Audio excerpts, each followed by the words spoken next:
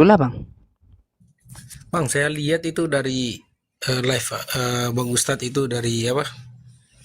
Kayaknya 2 minggu lalu apa 3 minggu lalu ya, membahas Mm-mm. terkait dengan makanan haram yang dikatakan umat Islam. Ah, ah. Kemudian saya dengar yang katanya rokok itu bukan haram ya, tapi kalau nanti sakit baru haram atau gimana itu? Bagaimana penjelasannya itu, Ustadz? Oh, Tolong gini dijelaskan. bang. Abang Islam atau Kristen sih bang? Islam. Kristen Kristen Bang. Oh Kristen. Abang berarti nggak bisa baca kitab ya. Ada namanya bang. Kalau abang ya gini ya, saya jelaskan dulu. Rokok itu di zaman Nabi kami nggak ada gitu.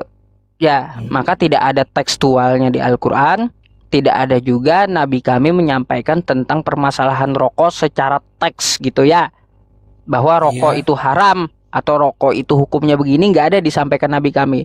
Tetapi ditinjau oleh para ulama bagaimana dampak rokok itu, bagaimana dalam keadaan seperti apa juga ditinjau gitu oleh para ulama untuk menentukan sebuah hukum. Yang jelas ulama-ulamanya adalah ulama yang bisa berfatwa, yaitu ulama yang sekelas mujtahid gitu.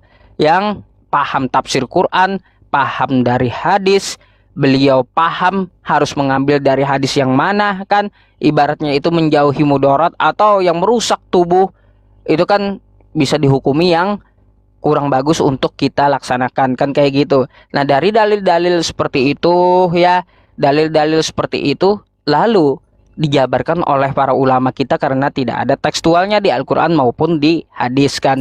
Nah, salah satu yang saya katakan kemarin itu ada di dalam kitab nih. Catat Bang, kitabnya ya. Kitab Hasyiah Syekh Ibrahim Bajuri. Tuh, ya. Kitab Hasyiah Syekh Ibrahim Bajuri tentang permasalahan rokok, tentang permasalahan dukhon gitu. Ya. Bagaimana beliau menjelaskan tentang masalah rokok tersebut? Kata beliau, ya, ada beberapa faktor yang menyebabkan rokok itu haram. Yang pertama, apabila dia mempunyai uang pas-pasan. Rokok berapa harganya? 30.000 ya. 30.000, laki-laki ini punya uang. Padahal dia punya anak istri. Lalu uangnya yang 30.000 ini dia belikan ke rokok sampai habis. Anak istrinya terbengkalai. Maka yang telah dia lakukan adalah suatu keharaman. Dan rokoknya adalah haram. Nah, itu yang Artinya pertama. artinya artinya uang yang dipakai itu dibelikan untuk memuaskan dirinya saja begitu. Nah, kayak gitu ya. Nah, terus Nah, yang jadi kalau kedua, bentar kalau bang, belum belum misalkan kalau selesai dari oh ya hasiah sorry. tadi. Ya, ada beberapa dia. Terus yang kedua, rokok itu menjadi haram ketika dia bisa membeli rokok, tetapi setelah dia merokok langsung dia penyakitan, kena TBC atau kena jantung atau kena paru-paru, ah, itu haram tuh. Ya, itu haram menurut Ya, para ulama. Ada lagi bang, dia beda-beda mhm. hukumnya. Apabila dia merokok, terus tidak ada dampak bagi dirinya, maka dihukumi oleh para ulama makruh gitu. Ah, terus ya, nih yang agak unik juga sih. Apabila dia tidak merokok, uangnya ada buat beli rokok, terus tubuhnya tidak apa-apa ketika merokok, tapi dampak dari psikologinya, bila dia tidak merokok, maka dia pengen pukul orang, pengen bunuh orang, pengen ganggu orang. Maka kategori Ada orang yang seperti seperti itu ya, Bang? ini, bentar. Kategori orang seperti ini malah dia diharuskan untuk merokok daripada dia membuat dosa yang lebih besar. Atau kitab Hasyiah Syekh Ibrahim Bajuri. Silahkan Anda beli gitu. Ada yang terjemahannya. Nah, ya, seperti itu menurut beliau. Jadi, rokok itu tergantung dari pemakainya. Jadi tidak bisa dihukum rata kepada semua orang. Kalaunya dihukum haram ya karena merokok atau kebanyakan mengkonsumsi sesuatu, ya ada juga makanan-makanan yang halal kalau kita konsumsi berlebihan itu akan membuat kita sakit. Bukan cuma rokok gitu. Contoh kita kebanyakan makan nasi aja, karbohidrat tinggi, banyak penyakit di tubuh. Kan kayak gitu. Bukan cuma rokok. Jadi seperti itu, Bang.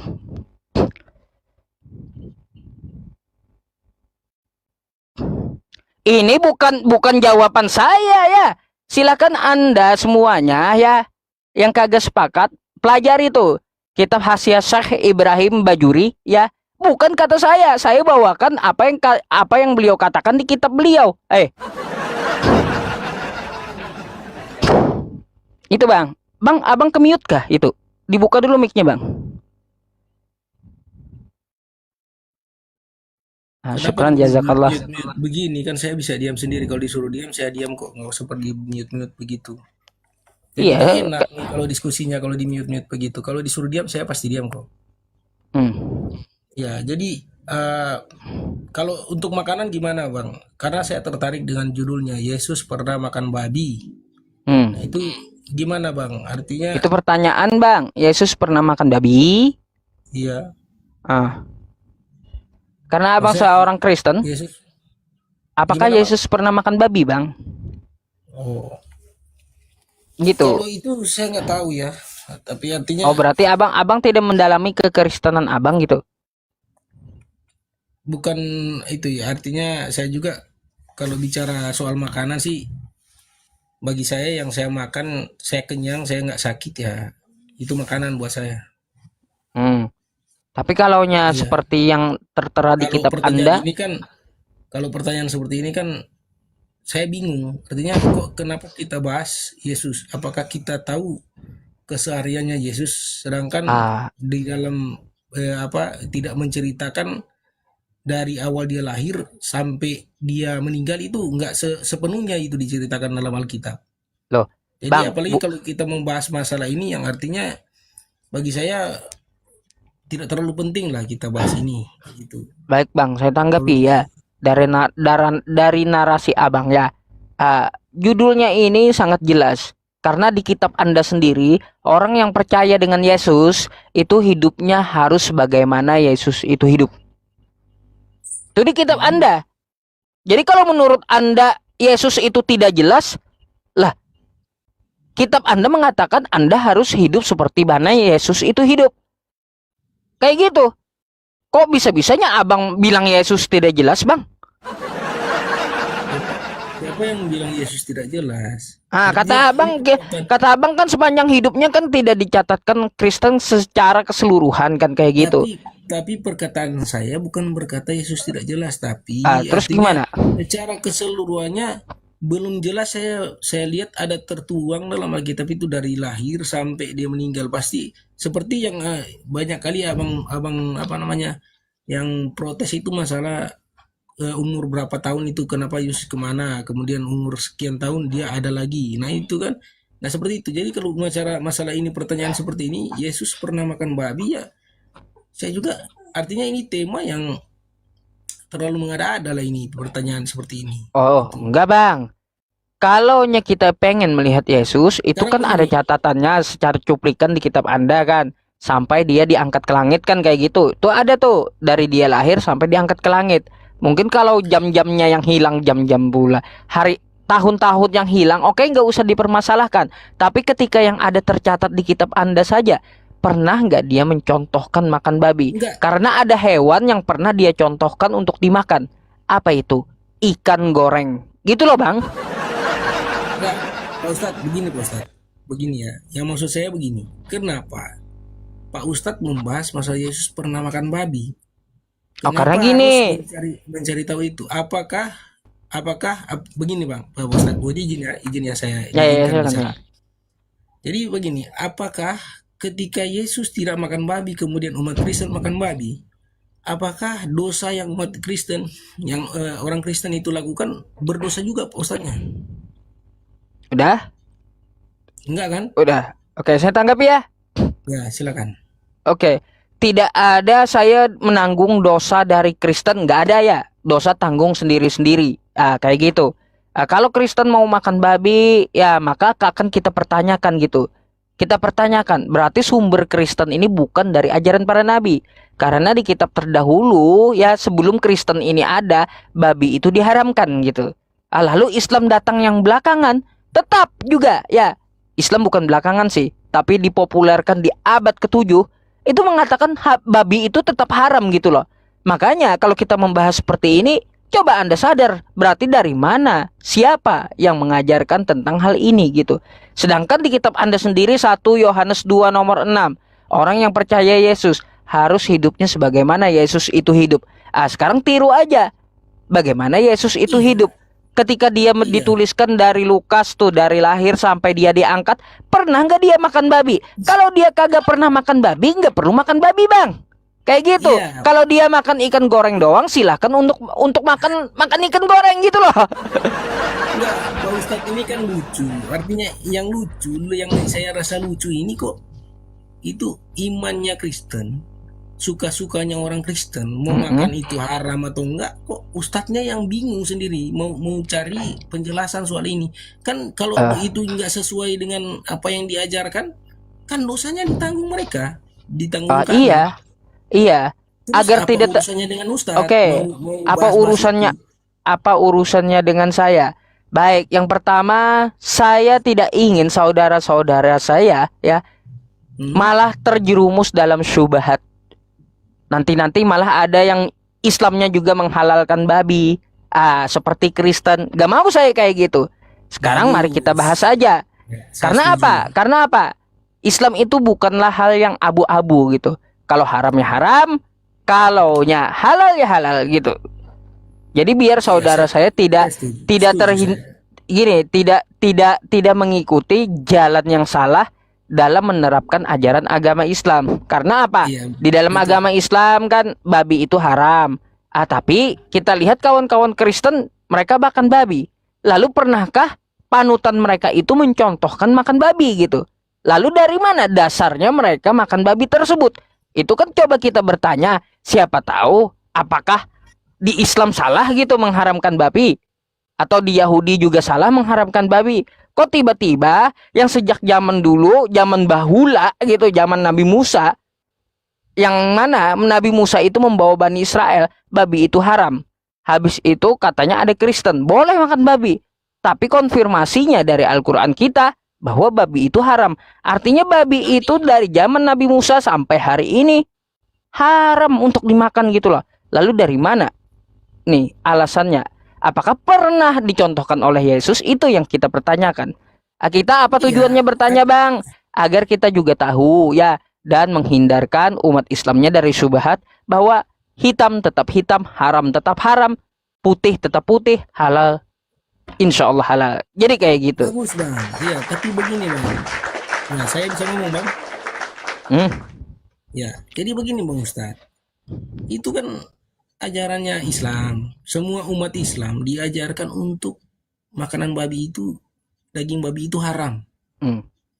Kenapa penjelasan tadi Ustadz mengatakan Ustadz tidak mau saudara-saudara Ustadz nanti ikut makan babi? Sedangkan di ajaran Islam tidak diajarkan itu untuk makan babi. Kenapa? Harus dibahas. Ya sudah dijelaskan aja. Jangan artinya mengajak orang Kristen naik diskusi masalah babinya, kemudian dengan tujuan supaya umat Islam tidak akan terperangkap atau terjerumus dalam makan babi. Kan aneh itu, Bang. Aneh itu. Gak aneh, Bang, itu. Gak aneh. Jadi begini. Sekarang begini, Pak Ustadz. Kalau di Kristen ajarkan jangan makan babi, pasti kita nggak makan. Sama juga di Islam. Kalau di Islam jangan makan babi, pasti mereka juga nggak makan.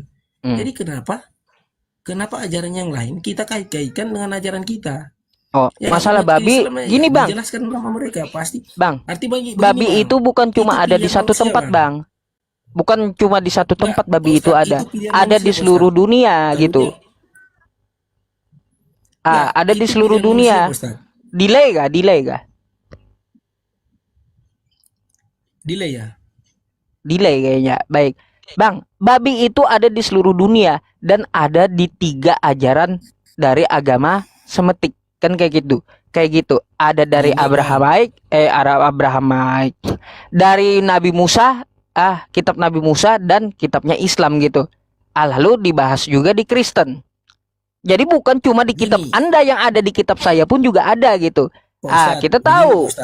Bentar, biar Anda paham. Bentar. Bagi. Ya, bagi waktunya gitu. Ya, bentar. Jadi babi itu global ya, Bang ya. Global, di ajaran Anda ada, di ajaran Nabi Musa ada, terus di ajaran saya juga ada. Kan kayak gitu. Bukan cuma milik Anda ajaran masalah makan babi gitu. Perlu Anda pahami gitu ya. Terus kenapa saya mengatakan agar saudara saya terhindar dari syubhat? Begini Bang, karena ada dari beberapa orang yang berpikiran liberal, agamanya Islam, babi itu diharamkan kenapa? Dipandang dari apa? Untuk mempengaruhi ya umat muslim lainnya berdasarkan Quran surah Al-Baqarah ayat 173. Apabila terpaksa, maka dia boleh memakannya dan Allah memaafkannya. Terus ditinjau keharamannya dari apa? Seakan-akan mengubah yang halal menjadi haram gitu loh. Yang haram diubah jadi halal.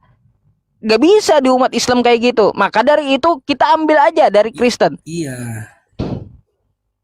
Kita ambil dari Kristen seperti apa? Intinya Pernahkah begini, panutan Pak Ustadz. Kristen kan mencontohkan makan babi? Dari situ kan kita dapat pelajari gitu. Gini Pak Ustadz, artinya begini, itu kan ajarannya masing-masing dan itu pilihan Pak Ustadz. Itu pilihan manusia Pak Ustadz. Kita juga memilih agama itu pilihan kok. Jadi secara kita logika berpikir, kita mau pilih mana, kita mau pilih makan apa itu pilihannya kita. Ya kalau kita mengikuti ajaran agama, ya ikuti itu.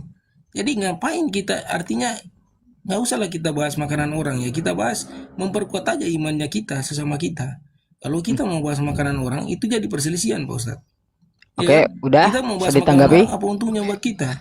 Kita oke, kita naikkan aja yang agama Islam, kita jelaskan di sini 3.400 mata memandang, 3.400 pasang mata memandang.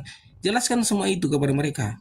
Apabila mereka terima, itu adalah pilihan mereka. Ya kalau mereka makan ya itu berarti mereka tidak mematuhi dengan ajaran agamanya Islam gitu. Ya sama begini Pak Ustadz, ada teman saya Islam Pak Ustadz, jujur ya. Itu dulu saya itu peminum Pak Ustadz, sering miras. Itu teman saya, dia makan Pak Ustadz, daging anjing Pak Ustadz. Terus? Ya, karena udah mabuk dia makan. Nah terjadilah perdebatan di situ. Apa yang dia sampaikan? Dia bertanya kepada saudaranya sesama. Dia bertanya begini, itu kalau daging anjing di dalam hukum apa itu? Dia bilang haram. Kalau alkohol haram, berarti sama. Apa bedanya? Gitu terjadi perdebatan. Ini kisah nyata Pak Ustadz, saya jelaskan. Jadi itu salah satu contoh bahwa itu adalah pilihan. Jadi ada pilihan manusia yang berpikir secara waras, melakukan segala yang diperintahkan agama. Ada yang enggak Pak Ustadz. Jadi kita nggak perlu memaksakan diri. Itu tergantung pribadi masing-masing Pak Ustadz. Jadi kalau dia memang mau berjalan ke jalan yang benar, ya silahkan ikuti ustadznya, ajarin dia. Ya kalau dia udah diajarin terus kemudian dia nggak mau dengar, dia mau ngapain lagi Pak Ustadz? Ya, apakah kita harus serang agama lain? Nggak boleh lah begitu. Itu. Udah. Silakan Pak Ustadz. Saya tanggapi. Baik. Dari contoh Anda itu saja saya wajib udah meluruskan gitu. Karena dia tahu haram lalu dia makan. Balasan bagi makan yang haram apa? Banyak dampaknya. Banyak masalahnya. Makanya biar umat muslim juga tidak terikut seperti dia. Seperti itu. Betul. Dampak dari haram itu apa? Di dalam hadis Tirmizi, dampak dari haram tersebut tidak lain balasannya adalah neraka jahanam. Daging yang memakan mengalir ke dalam darahnya hal yang haram, maka dia akan susah istiqomah. Tuh. Terus daging yang haram, makanan yang haram, lalu mengalir di darahnya, maka semua hal itu berdampak pada tubuhnya. Contoh, penyakit rentan kena karena makanan yang haram. Tuh, salah satu dampaknya juga. Apa yang diharamkan oleh Tuhan itu pasti ada dampaknya ke tubuh kita. Pasti ada dampak tidak baiknya gitu. Dia sudah tahu haram, lalu dia makan. Bisa saja nanti mengganggu kesehatannya atas keharaman yang dia lakukan gitu. Maka dari itu ya Bang ya, kita pun makan haram, lalu kita makan daging babi, mendarah daging di tempat kita. Apa dampaknya? Susah nangkep pelajaran. Kayak gimana? Kapan mau cerdasnya kayak gitu? Atas dampak seperti itulah kita jelaskan kepada umat Islam internal, terus kepada kawan-kawan kita yang membolehkan makan babi di luar agama Islam ini. Ya kita lihat dari contoh siapa dan panutannya siapa gitu. Makanya saya pertanyakan, Yesus pernah makan babi gak? Lalu kenapa kalian makan? Alasannya apa? Itu kan lucu, Gitu. Ustaz. Artinya begini, kenapa? Begini. Jadi Ustadz mau bertanya tentang ajaran di Kristen kan ini, kalau Iya, begini. karena aneh memang. Yesus pernah makan babi. Nah, Heeh. berarti kalau Ustadz mau bertanyakan itu, apakah Ustadz ingin menyetarai ajaran Kristen dengan ajaran Islam? Loh, masalahnya gini, Bang. Saya bukan menyetarakan. Yesus itu orang Yahudi. Ya, di Yahudi Iya. babi itu haram gitu. Dan di tempat kami pun juga haram. Lalu di Kristen Berarti katanya boleh dimakan. Itu dari mana? ber- Adakah contoh dari Yesus gitu? ya iya, itu kan sudah memang menjadi keyakinan kepercayaan, Pak Ustadz. Oh, Jadi keyakinan ngapain kita membahas kepercayaan. ini? Berarti bukan ajaran Yesus ya, Bang ya? Bukan Yesus pernah mencontohkan makan babi kan? Nggak pernah kan? Artinya begini, Pak Ustadz. Ini kan Ah, kalau Ustadznya mau tanya begini, sedangkan di ajaran Islam itu memang menyatakan bahwa babi itu haram. Kenapa terus? Ustadz mau menyelidiki Yesus pernah makan babi? Masalahnya Itu gini, pertanyaan Yesus saya, itu orang kenapa? Yahudi, Bang. Gini, Bukan begini. Artinya gini. begini, Pak Ustadz. Kenapa Pak Ustadz artinya mau menginvestigasi tentang kebenaran bahwa Yesus pernah makan babi? Oh, harus, Bang. Harus. Apa keuntungan bagi umat Islam? Saya mau tanya. Harus.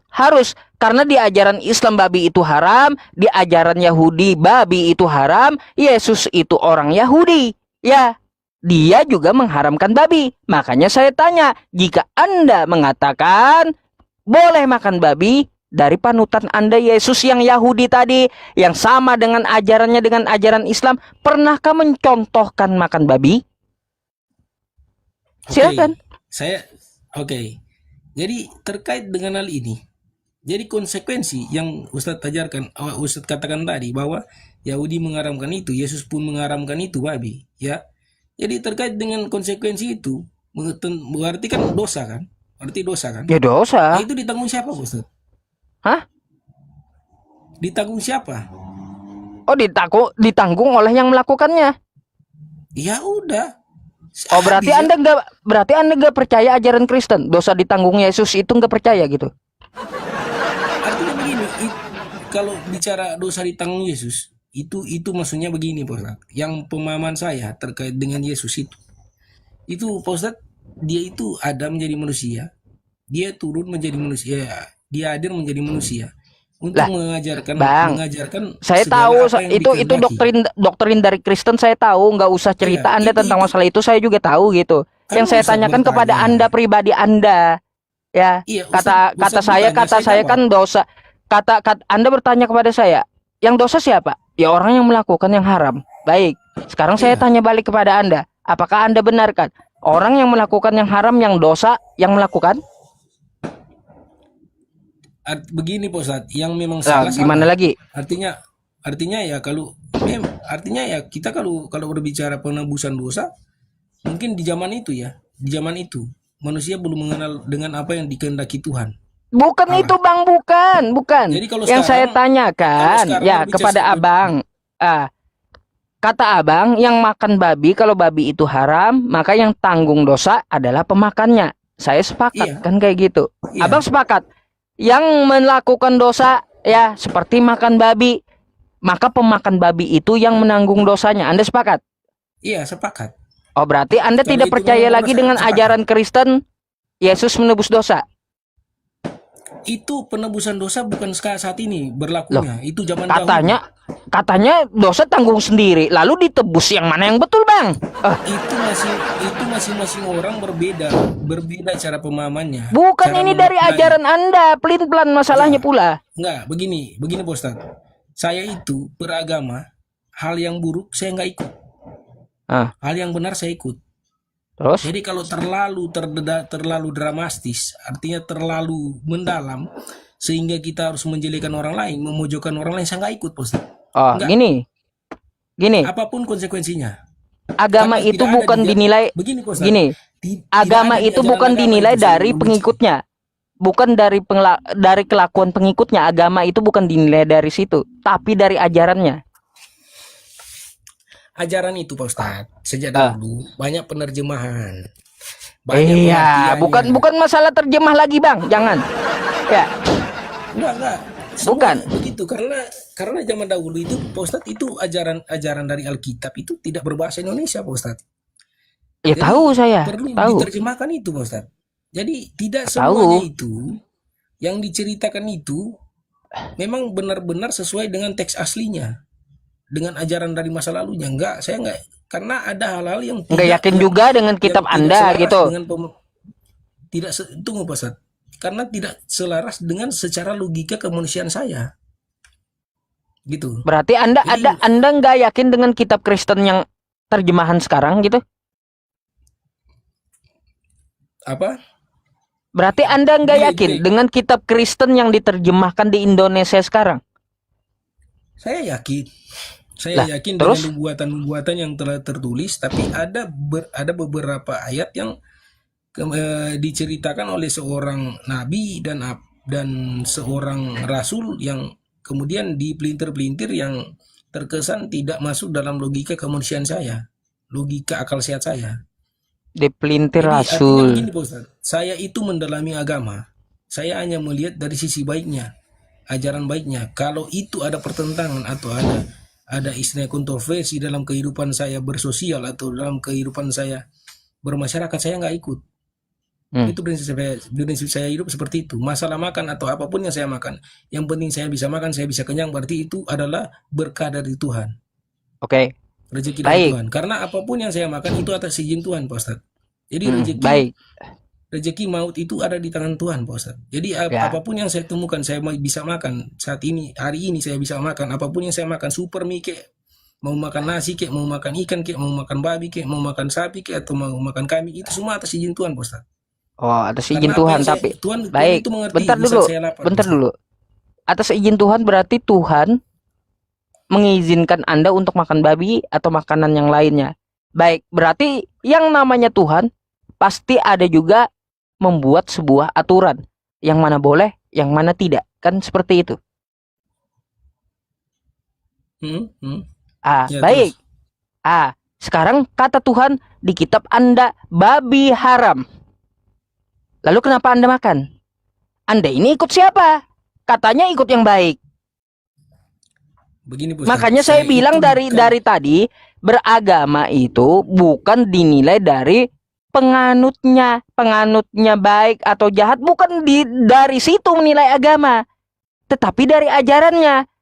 Tuhan itu yang menurunkan dalam sebuah agama itu ada larangan, ada juga anjuran, kan kayak gitu. Nah, kalau dikatakan Tuhan bahwa babi itu haram, lalu kenapa Anda makan? Kalau di ajaran Kristen ya, itu babi itu dikategorikan dilarang itu kaki yang terbelah, kuku terbelah. Coba alasan gini Bang, yang kita pertanyakan itu dari ajaran gitu. Akar ajarannya ini babi itu haram gitu. Makanya saya tanyakan apakah pernah Yesus pernah mencontohkan? Kalau itu Bang, saya nggak tahu masalah ini. Tapi yang saya persoalkan di sini kok Pak Ustadz Bang, ini Bang, kalau abang nggak tahu kenapa protes pula? Bukan. Yang saya protes begini, keimanan abang ini seorang ustadz kok bahas makanan babi gitu. Oh iya, karena pembahasannya udah saya bilang kan global. Islam haram, Yahudi haram. Karena Yesus pun orang Yahudi yang menegakkan Taurat, berarti dia mengharamkan babi. Kalau kalian mengaku pengikut Yesus, dari mana Yesus pernah mencontohkan makan babi? Ya sudah kalau mereka ingin makan babi, apa masalahnya di Ustadz loh? Berarti kalau mereka makan babi, ya gini. Berarti kalau nih ya teman-teman Islam juga dan Kristen, berarti kalau kawan kita yang Kristen makan babi, artinya mereka tidak mengikuti Yesus. Intinya kayak gitu ya.